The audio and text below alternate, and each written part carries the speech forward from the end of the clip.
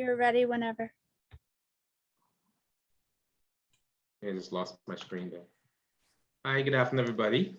Welcome to the Conservation Board meeting. I think we are about to start our meeting at 6:35 p.m.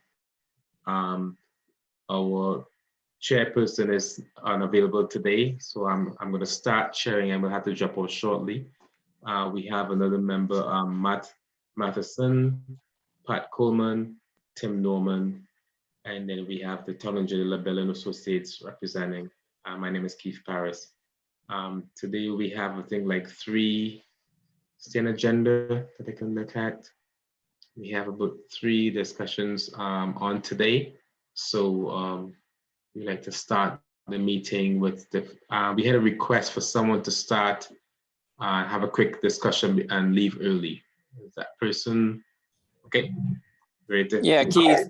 Huh? It's Matt Madison. So this is Highline Park, right? Main Street Fishers, owner is Morel. And I see Jeff's on. So I think Jeff wanted to take a minute before he jumps onto another meeting. Yes.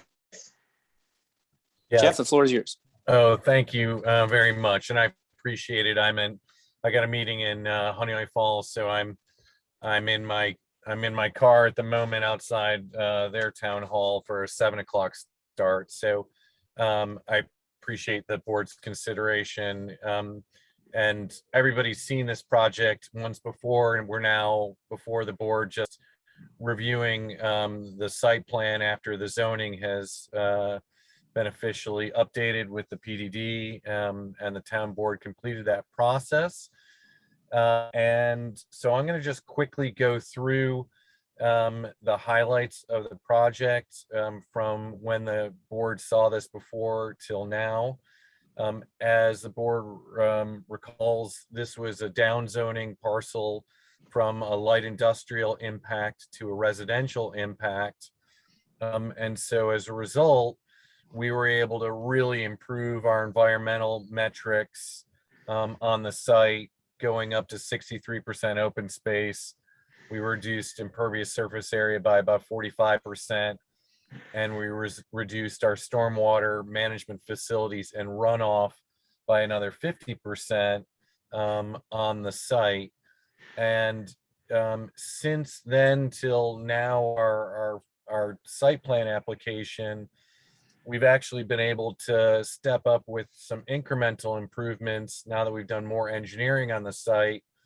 The first is that we were able to combine in the cul-de-sac proper the removal of kind of a single bungalow and turn those homes into 2-unit townhomes instead of singles, because it afforded us the ability to bring that cul-de-sac distance even shorter out of any of the slopes or woodlands areas to the north of the site. So that was one of the kind of positive changes that took place. And a second positive change took place where, if you remember in the original design, in the back left corner, we had designed a stormwater management facility in that area. It was a wooded area. We were going to need to clear that to create that storm facility. But when we did the test pits throughout the site is literally nearly perfect stone and gravel and sand underneath the topsoil, and that greatly improved our ability to handle stormwater management. And as a result of that, we have no need to disturb and create a stormwater management facility in the back corner, because we can do all of the water quality treatment and containment right within our site disturbance area. So that was a strong positive between last project and this. And then finally, we were able to take where the apartment buildings are and pull those a little bit forward towards Main Street Fishers, and completely eliminate any disturbance behind our kind of center apartment building and the Gorbel project, and leave that area relatively undisturbed, so we don't need to impact any of those slopes as well. So those were kind of, from an environmental perspective, the immediate positive changes from last iteration to this iteration.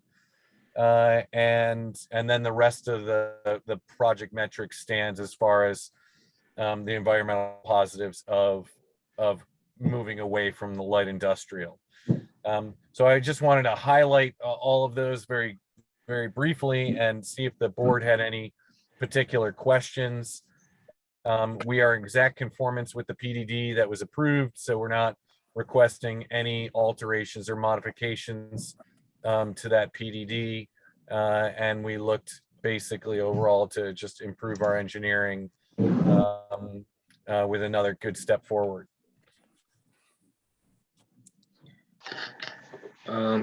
Thanks, Jeff, for that short presentation.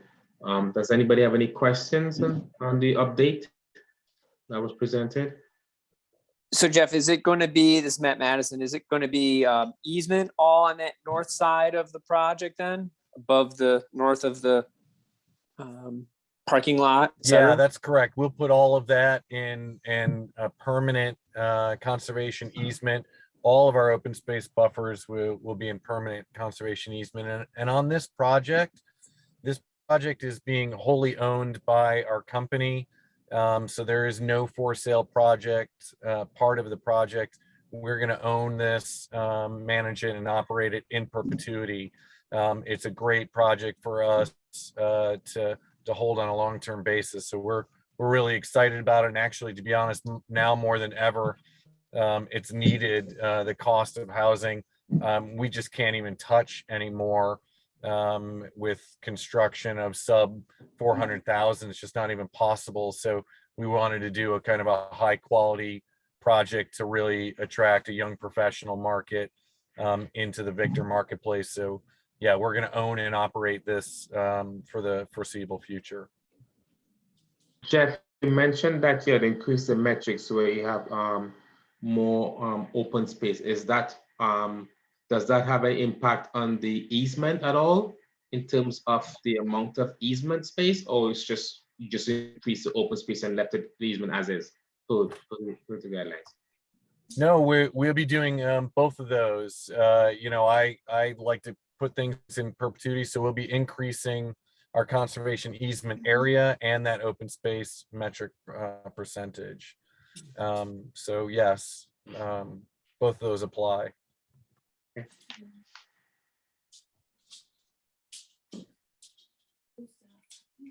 Pat, do you have anything? I was just going to ask generally, Jeff, when are you looking to start this process standpoint? Pat, that's a great question. We're actually looking to activate this project next year. You know, the COVID created mass turmoil for everybody, and then a huge spike in lumber expenses, which is now settling out. You know, lumber a board foot went to $1,700 a board foot.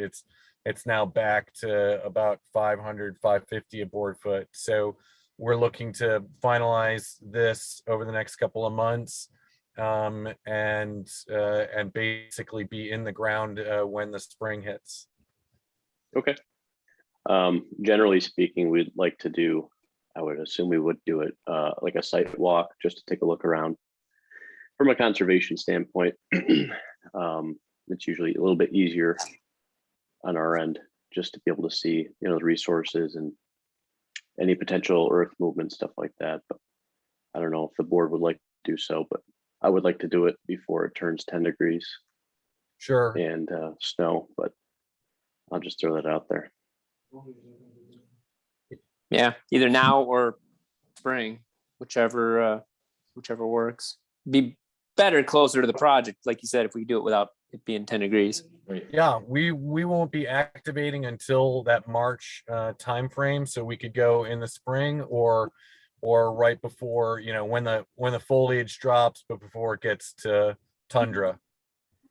Okay. Either one. Good. You still have to go back to the board? We'll be before the planning board, basically over the next 3 meetings. And then, DEC and DOH over the next subsequent months while we complete that permitting process. So we won't probably have all of that buttoned up until the end of Q1 for sure.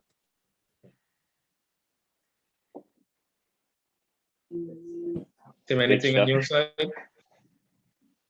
Not really. I think we had a good introduction. I guess my preference is if we can do it this fall. I agree with Matt doing it closer to the project, but there's also a lot of steps along the way for morale, so it might be better if we get it out of the way. Yeah, I'm happy to coordinate that. I think it'll also be beneficial that in closing, at least they'll have our information as part of consideration or recommendation. So it's be better for the planning board that everything is in place as opposed to wait until next spring. So Okay. I think you could coordinate with Kim and get our schedules together and probably try and figure out something sooner or later. That sounds great. Okay. All right, Jeff, thank you very much. Thank you. And thanks. Do you have any questions for the board? Yeah. I should ask, do you have any questions for the board before you go? No, I think this is excellent. It's been a great process up till now. And as I said, I appreciate you letting me jump in early. Okay, no problem. All right. Take care. Thanks. Bye-bye. Thanks, Jeff. All right. Thanks. Okay, Keith, so- you want me to read the next project?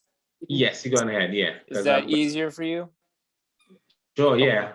I just pull it up, but that's fine. So, oh, you can? Go ahead. No, go ahead. I just put the I agenda. wanna Go ahead. Go ahead.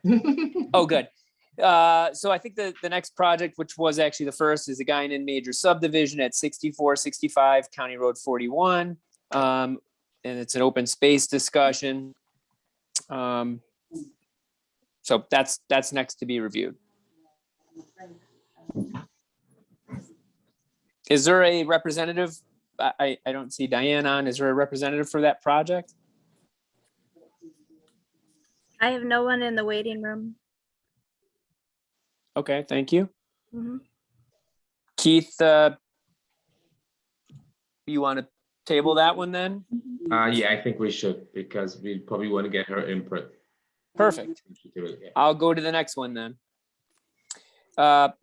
Next project to be reviewed is 1086 Strong Road subdivision at 1086 Strong Road. The owner is a trust of the irrevocable survivors.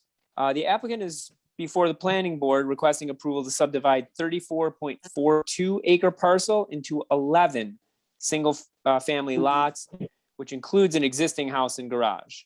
This is the second step in the 3-step process for a major subdivision. Is there a representative from this project on? Yes, Doug Eldred. Hi, Doug. How you doing? Excellent. Maybe you want to start by letting us know a little bit. We've reviewed the package. We did receive it as well. And if you'd like to let us know a little bit about the project in your own words, that'd be awesome. Get us started. Yeah, it's fairly straightforward. The 34.4 acre parcel at the southwest corner is Strong and Taylor Road. The property, about 3/4 of it is a pasture land, active pasture land. And then there's the original homestead in the northeast corner. And then the southwest corner, the other quarter of the property is a wood lot with a stream running through it. So we're doing 11 lots, they all frontage lots. So we did final perk tests for all of them and we have the design done for sanitary and water. We're bringing the water down Strong Road to the property from the north to the south. The woodlot, obviously, we're putting in a conservation easement. And then we have other pasture land that we're proposing a easement that would be, we hope that people could do landscaping, gardening in, that type of thing. Since it's just pasture land, there's nothing there from a vegetation point of view to protect. And then the other part of it is a easement that has a drainage and conservation easement. Now, the drainage easement is important to be separate because it has infiltration basin in it. So that's why there's actually 3 easements. One is the one being conservation and drainage. The other is open space easement, we're calling it. It includes pasture lands outside of the woodlot. And then, of course, regular conservation easement for the woodlot, streams, steep slopes, and all of that. I think we reviewed this at concept, or maybe I got it confused. But anyways, that's so it's exactly the same as it was at concept. Just, have some final details that we've been working out. The total amount of the conservation easement is 17.2 acres plus or minus. It's the half of the property as required by the code. We're not asking for any variances on the property, so it's all in conformance with the code. That's about it for a brief overview. Do you have any questions? I know at one time or last time we talked about, the use of the conservation easements, the open space easement, let's say. And, we'd like to see that not be strictly conservation because, like I said, it's pasture land now. So if somebody wanted to plant a garden and Christmas trees or whatever, it'd be nice if they could do that in that area. So that was kind of one thing we were kind of batting around at the last discussion. Mm-hmm. Yeah, I think definitely we could allow, the easement would allow for agriculture, right? Okay. So that we shouldn't have a problem with that. Okay. I wouldn't think. Good. That's my only comment. Did we already, I apologize unless I missed the other meeting, but is there a lot of earth being moved? No. What's the grading? Oh, I see now. Okay. Oh, thank you so much for putting that up. Yeah. So I see. So they all front. Okay. yeah, the out front, there is, Like you we're said. on the west side there's a little more grading because it is into the rising hillside for 3 lots. And then the land actually drops below the road, or 4 lots, then the land drops below the road. So it's interesting topography. In the house sightings, being at different elevations would be kind of interesting as well. But the perk tests were great. The only trees we moved was a small cluster in the northwest corner for the first lot there on the left. That was pretty much it. Okay.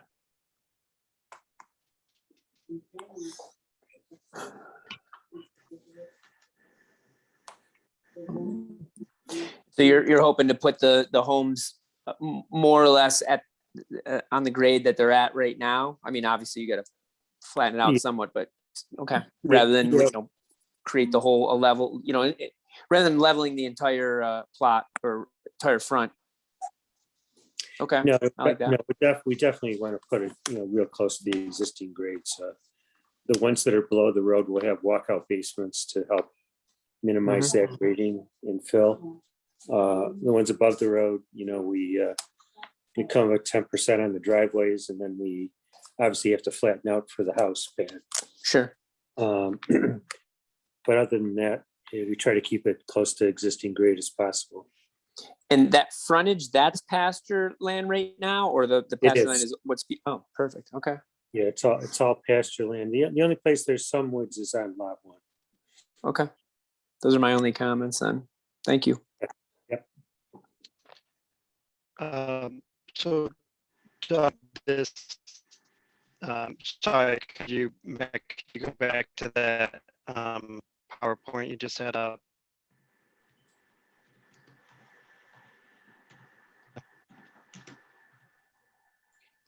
Oh. So,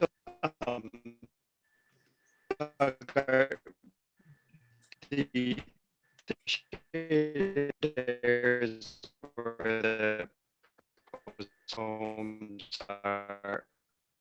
being Tim- is that Tim, I'm sorry, final or is that just your yeah, you're breaking up. I can't. When you sell a lot, people will you know, decide probably whether homes are Yeah, Tim, We're I'm not sorry. understanding anything you're saying. Yeah, you're breaking it up. We can't understand it, right? Can you text it? I mean, it might be a little long, but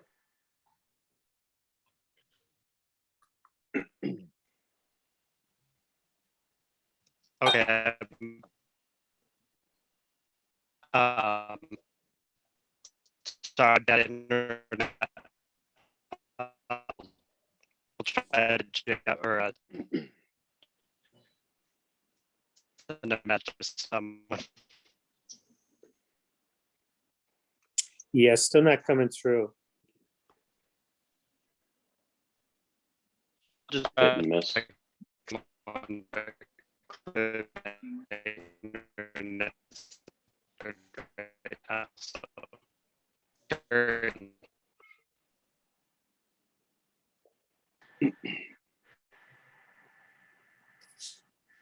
Yeah, I'm sorry. I couldn't understand what Tim was saying.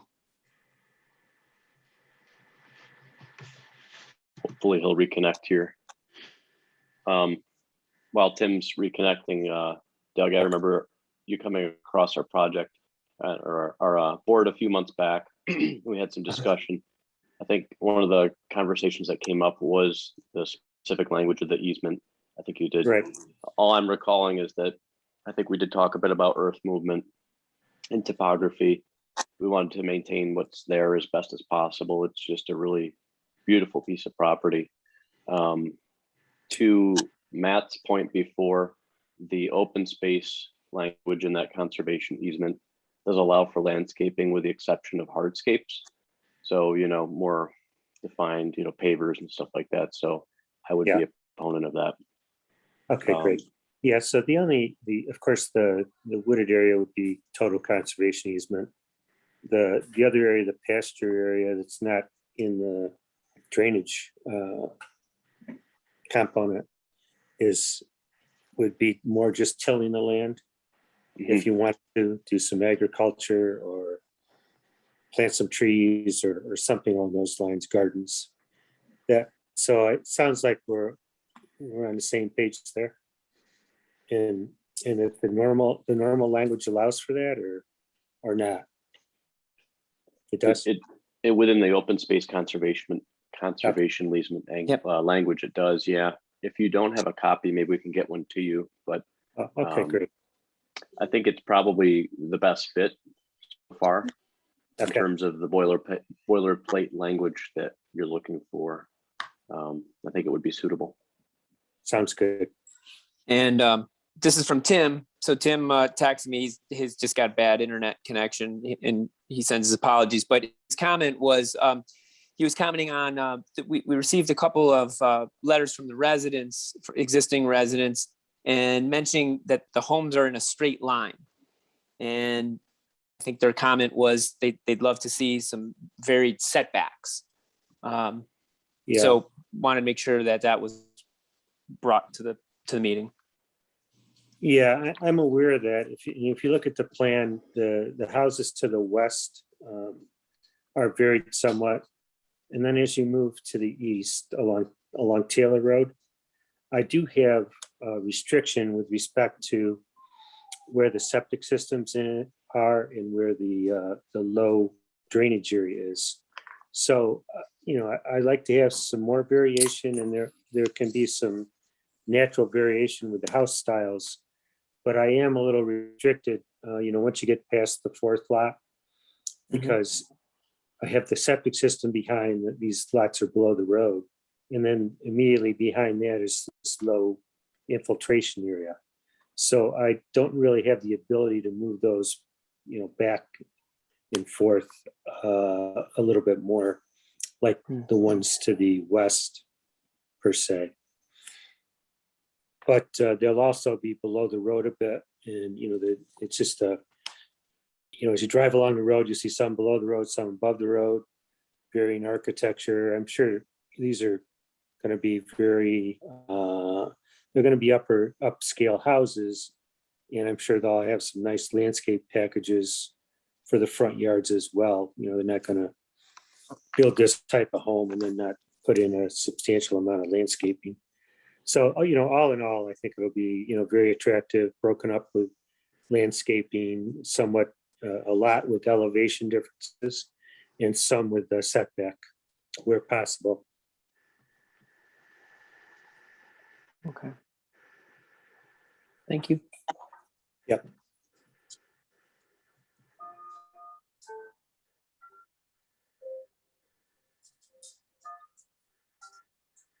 Cool.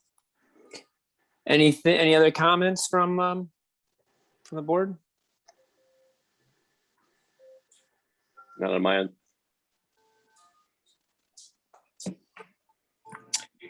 I'm good.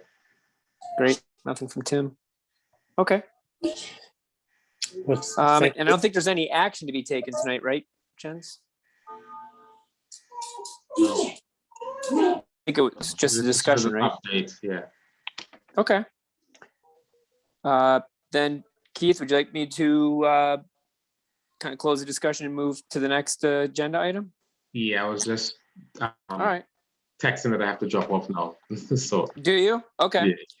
So, Mr. Eldridge, those were, you heard our comments there. We can get you a copy of the easement language if you'd like, just to be sure that you think it'll suit your needs there. And you're welcome to stay on. But I think we'll move to the next, okay? Okay, thank you very much. I appreciate the time. Great, thank you. Take care. Doug. Yep, Hey, you too. Matt, real quick. Yes, sir. We did already do a site walk on this, right? I feel like we did a while back with the surveyor. Is that correct? I think that we did anyway. I recall doing one. Okay. I Tim did, says, yeah, yes. there you go. Tim says we did. Okay, so I might have missed that one. I apologize I was just mentioning it for record is all. that we've been there. Awesome. For what's worth. Perfect. Thanks again. Take care. Thanks. Thanks, Doug. Okay. Next item on the agenda and final is the Van Bortle parking lot expansion. Let's see, let me read this here. So applicant is before, and the owner is 6327 Route 96 LLC, which I believe is Van Bortle. Applicant is before the planning board requesting approval to demolish the existing house with its accessory structures to extend the parking lot. The proposed parking lot will have a new access drive lane that will tie into the existing curb cut. So no new driveway there heading out onto 96. Anybody on, do we have anyone on for that project? Yeah, Brad Humberstone. Hi, Brad, how are you? Good. How are you guys? Good. Good. Why don't you go ahead and maybe lead us off? So I know you've been on for a little bit, so you got to hear. So we've looked at the package, but what would you like us to know about the project? Yeah, I mean, you kind of gave a nice little intro there. It's really the whole point of the job is to create some more vehicle display parking.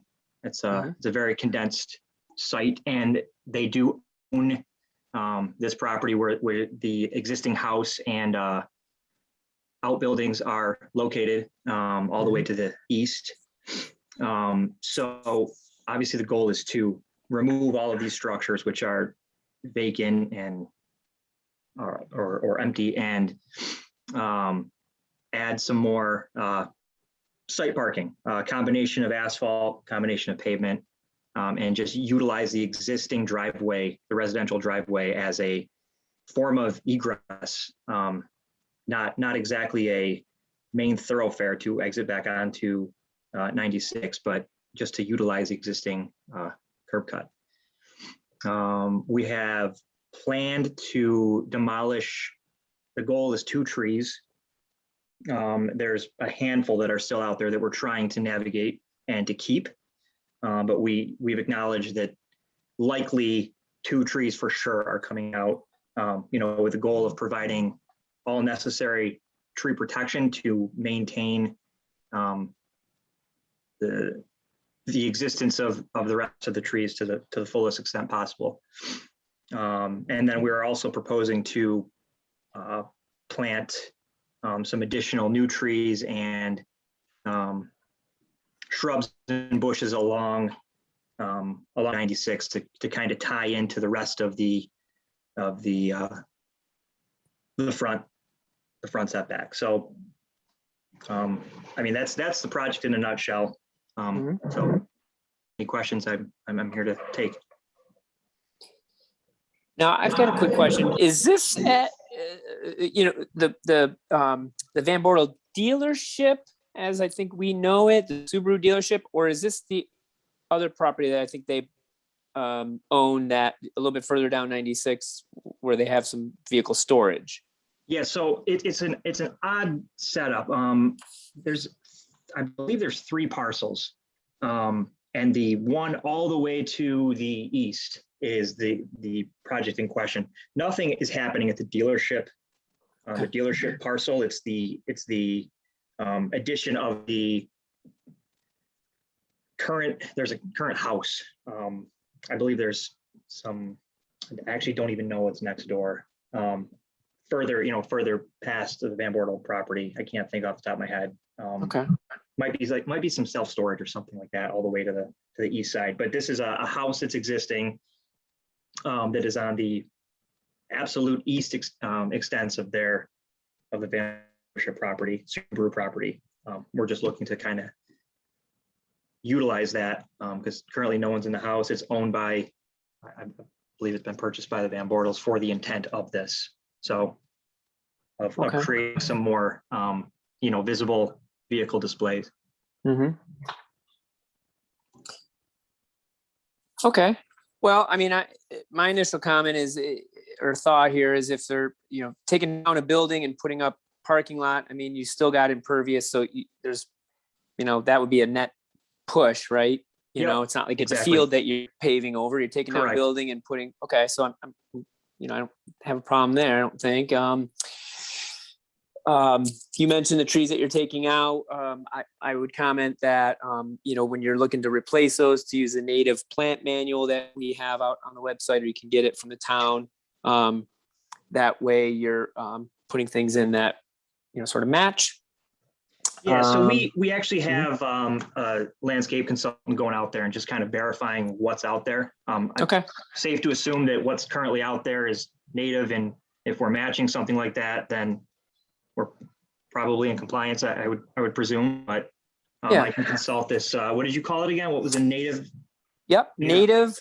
Yep, that's the native plant manual.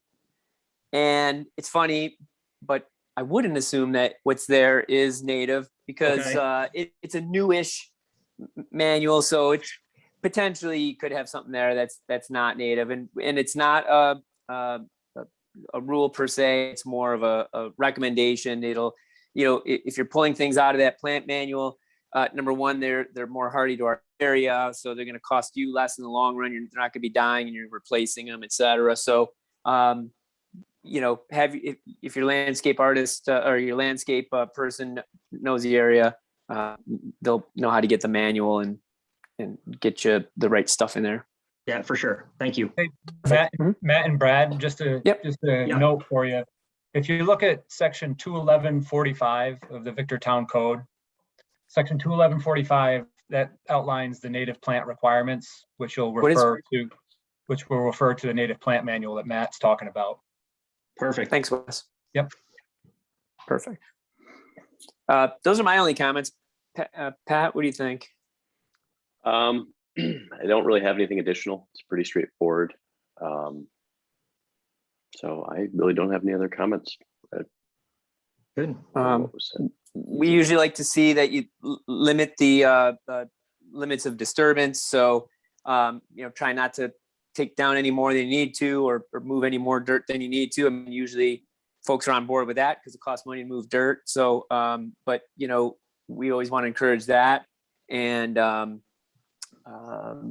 Yeah, we're very much aware of, the SWIP and doing anything that would impact that. We're very much aware of trying to keep everything within an acre, and we've accomplished that. So it is a Okay. plan to hold that as tight as possible. So perfect.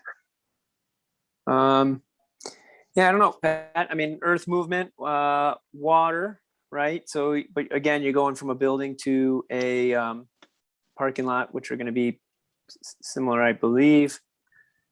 And trees you already addressed. So, Tim's got a new background. Tim, you have any questions or concerns? Is it better? Do I have a better connection? Yeah. Okay. No, I think it's pretty straightforward. I think Andrew would mention a silt fence, but that's pretty standard. So yeah, I'm good. Perfect. Okay. So Brad, those would be our comments. Wes, I don't know if you have anything. Not right at the moment. So Labella, we are putting together a comment letter on the overall site plan application, and that'll be forthcoming. Awesome. Okay. And then our comments, Brad, get sent up to the board as well.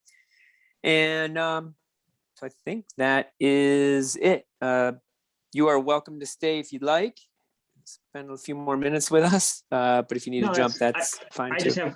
I want to piggyback onto that comment. So yes, when do you think you'll have the comments? I mean, Our because comments we're will trying be, to get all of this stuff put together. We have, I don't know, 8 or so entities that have given us comments on this. We're trying to put it all everything together, issue a letter before our next presentation. So we're trying to accomplish that, and I just want to make sure you should get our letter in the next few days. Perfect. Yep. Okay, thanks, Wes. You bet. Perfect. Thanks, guys. Sure. Thanks, Brad. All right. Excellent. All right. Other business. So we've got the approval of the August 17th meeting minutes. So now I was not at that one. And Tim and Pat, I don't think you guys can vote on it alone. So I think we have to table that one till the next meeting. Does anyone have anything else that they'd like to discuss then? No, not on my end. All right. I'm good. Then I'm looking for a motion to adjourn the meeting. Motion. All right. Thanks, Second Pat. that. Second, Tim. Thanks. All right. So let's call the meeting to an end at 7:12 tonight. All right. Take care, everybody. Awesome. Perfect. Thank you so much for that. much. You bet. Thanks. Yeah, thanks. You guys All have a right. good night. You too. Bye, guys. Thanks. Bye. Bye.